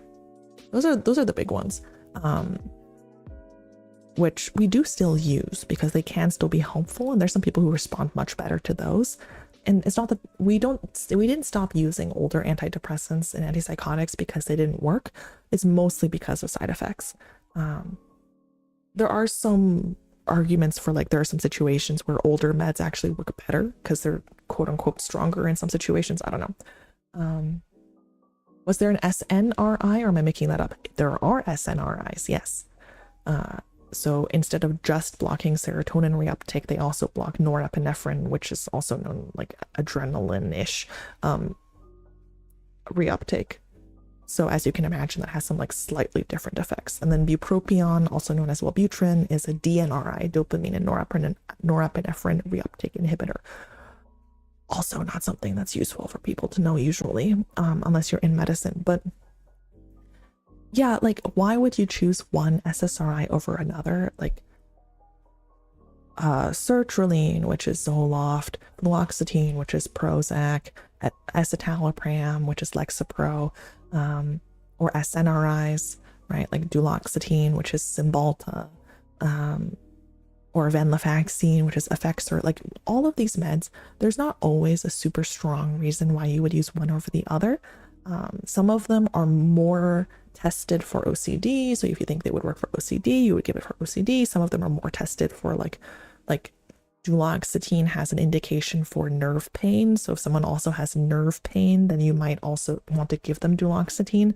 But technically they all tend to work similarly enough that we tend to think that they would all help with similar enough things. So usually the first choice is kind of guided by like side effect profile, right? Like, some are more likely, or have generally in our experience, more likely to cause GI problems, or more likely to be activating or sedating, or they work well with other meds that you may not be on, or they don't work well with other meds you may be on. And so that tends to be what guides the choice. Otherwise, I think most people that I know have like a go-to, like, this is what I'll try first and we'll see if it works. If it doesn't work, we'll try something else. If that doesn't work, we'll try something else.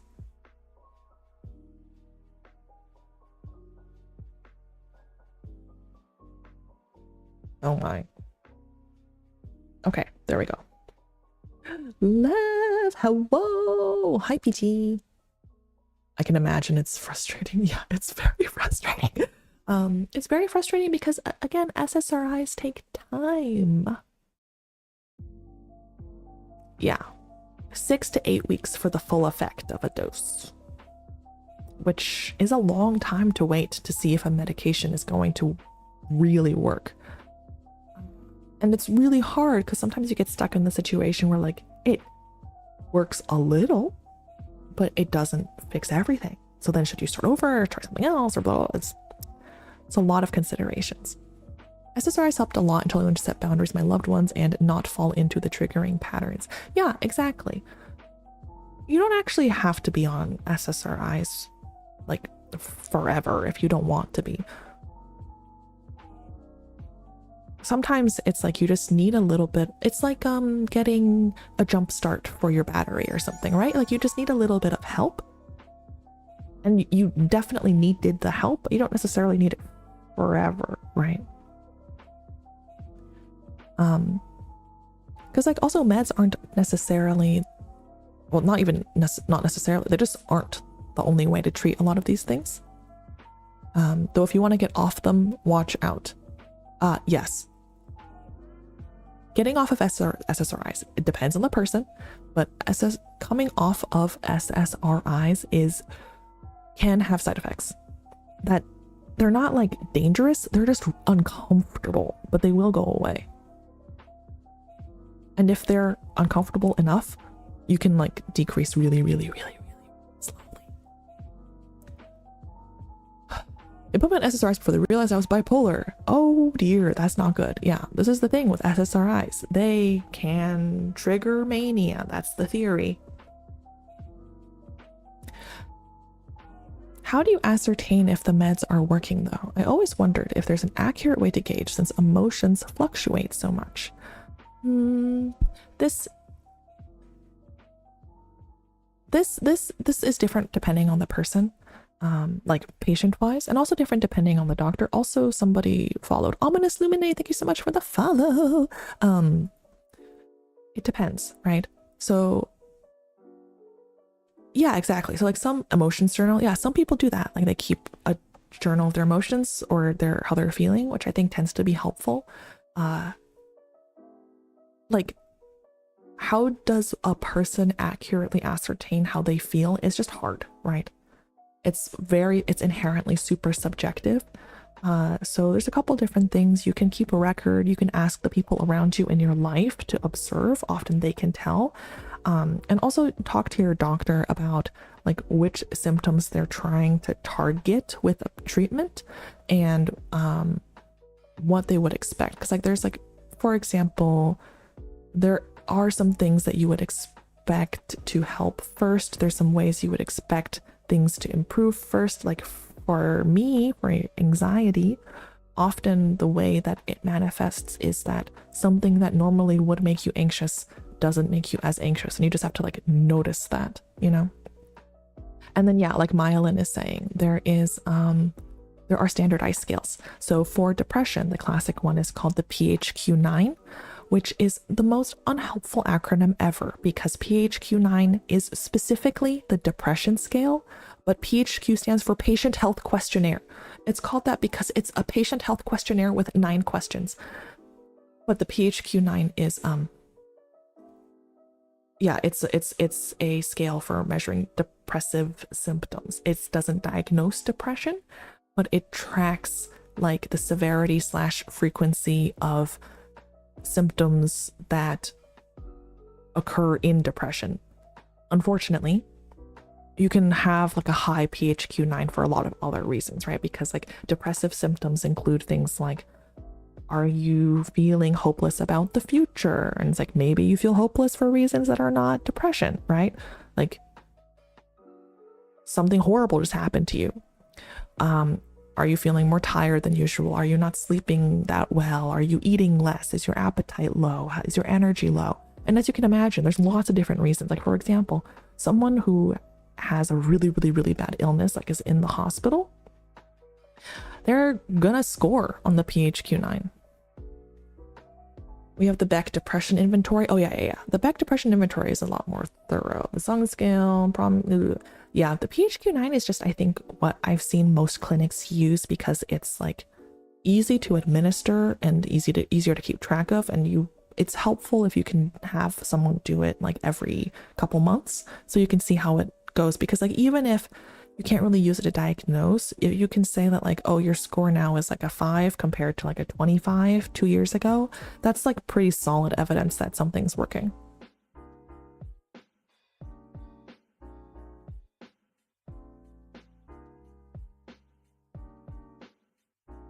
I want to give accurate information to my psychiatrist, but also I think my view is really skewed. And if there's less roughness in my life, I'd feel better. Recency bias, because if I'm sad, I'll forget I was ever happy. Yeah, no, exactly. It is hard, right? Like we can really only talk about how we feel right now. And that's why sometimes just like tracking how you feel right now is the most helpful thing, because then you can go back in time in your tracking to say like, oh, 2 weeks ago, that's how I said I was feeling right now, which is different from how I remember feeling 2 weeks ago. I don't like the PHQ-9 because my answers are situational. I mean, yes, it is a bit absolute. And I find myself lying because I don't want to get 52-50'd. Oh, I'm assuming that must be like a state-specific, like involuntary hold. Because psych hospitalization laws and stuff are specific to the state, I believe. I would be, I don't know. I think it really depends on the laws in your state.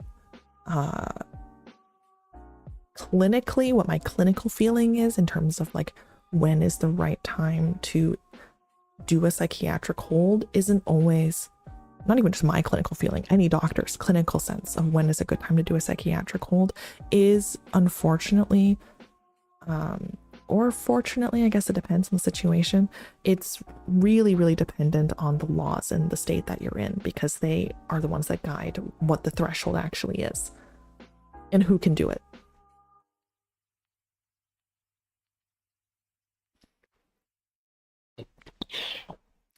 So I understand that. That's really, really unfortunate, you know, and I hope that the relationship that you have with your doctor is one that you feel comfortable enough saying that to them, like outside of the context of filling out a PHQ-9, because I think that's not uncommon.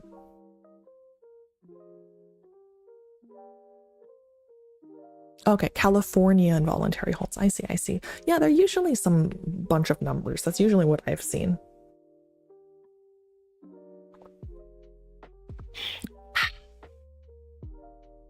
Where's my phone? Oh, okay.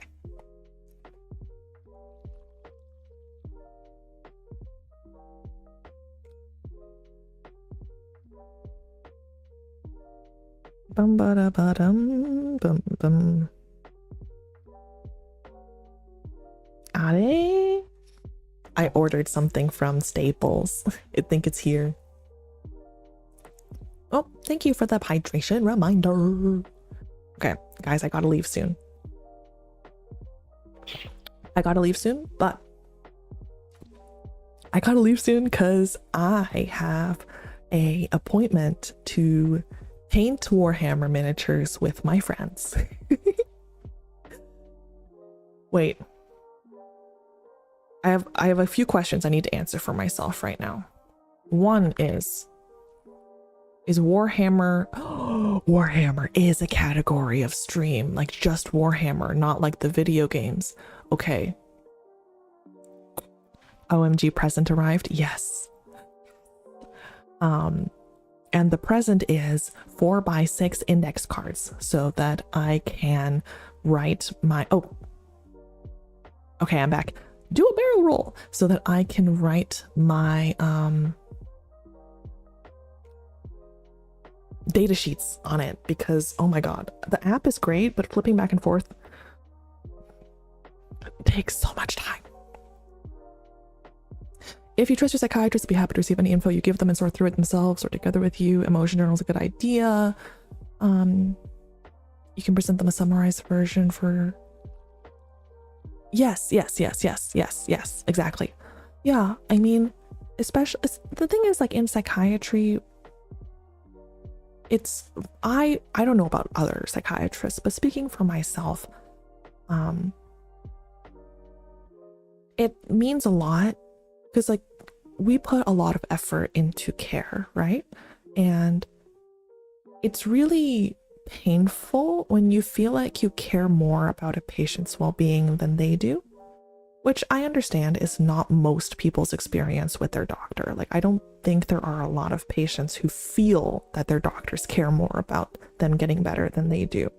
But that is sometimes how it feels on the doctor's side. In any case, anything that, like, shows that you're putting in effort into the relationship with your doctor and into your shared goal of helping you feel better, I think helps them understand you better and helps them to help you, you know?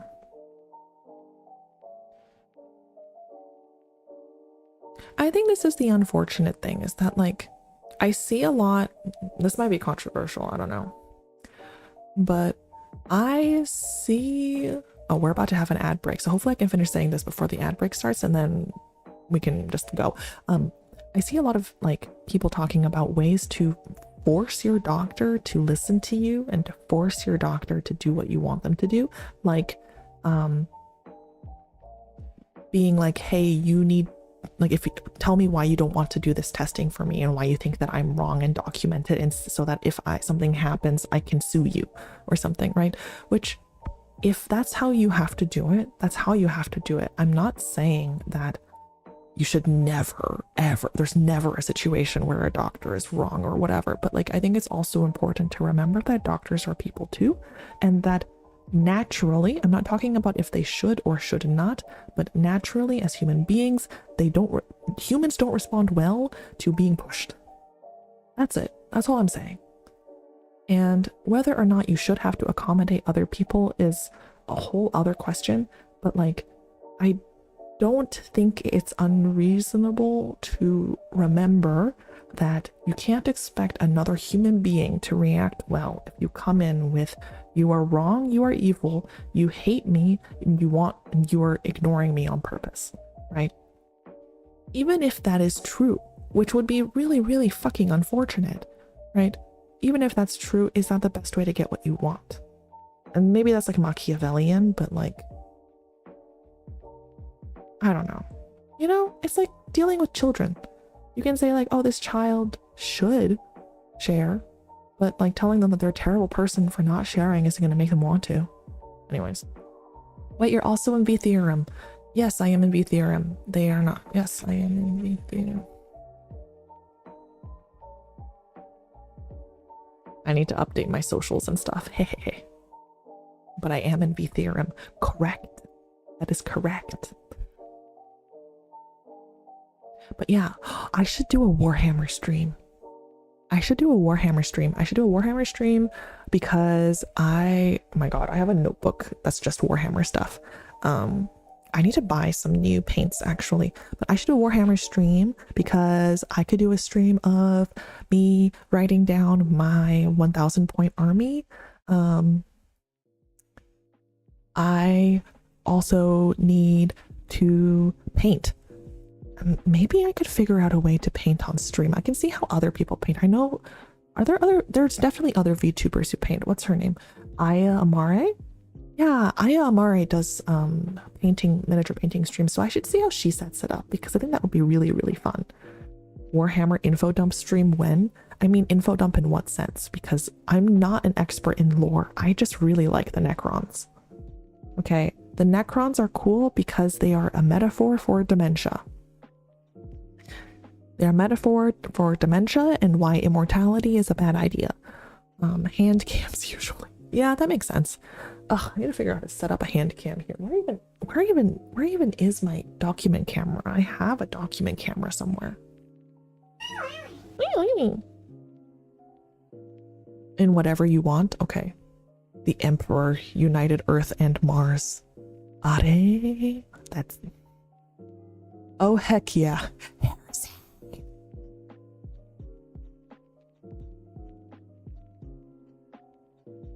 Oh no.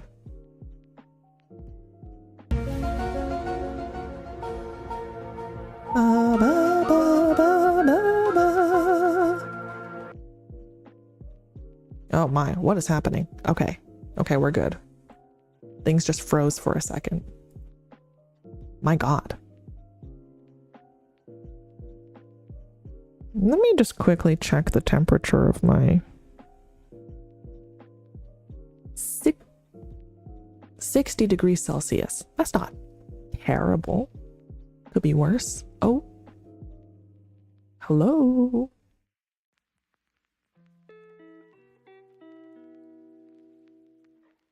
Jesus. Okay. I think this is a sign from my computer that I should stop streaming for the day. So why don't we find someone to raid? Bum, bum, bum, bum, bum, bum.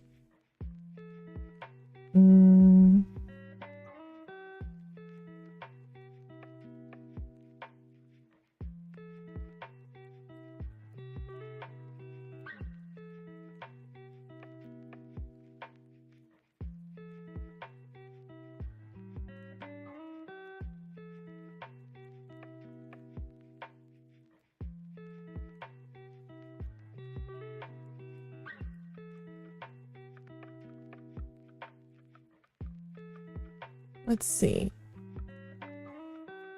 Who is streaming right now that I could?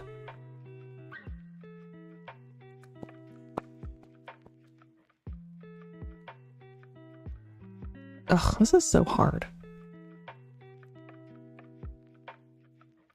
Oh, someone is watching Epic the Musical.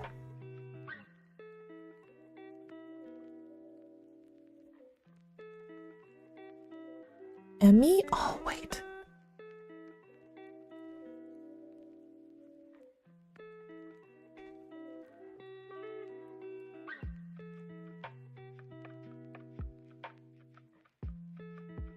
Wait. You'll have to tell me Emmy's username again, because I don't know that I follow them for some reason.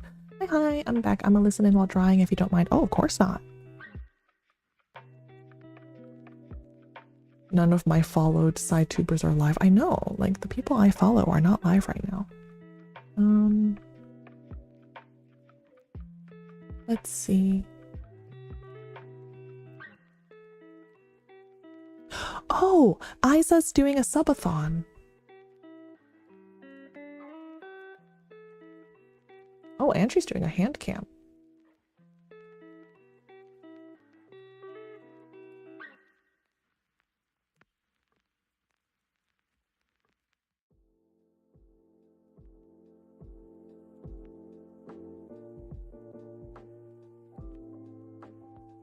What's the raid message? I don't know. What is a good raid message? Happy subathon. Lev is raiding. I don't know. I never come up with a raid message. What are raid messages? Lev, we're levitating. We're levitating. We're levitating. The apple lives. The apple lives and is levitating.